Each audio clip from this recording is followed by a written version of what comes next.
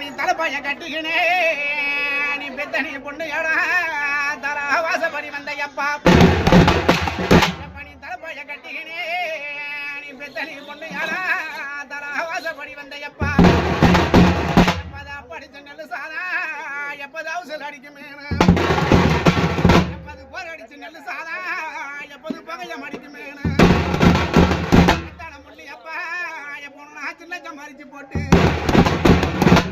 மறிச்சு போட்டு எப்போனா சிறுவ பொரியல வச்சு ஆக்கில் அடுப்பு மேல எப்போனா அண்டவள தண்ணி போட்டேன்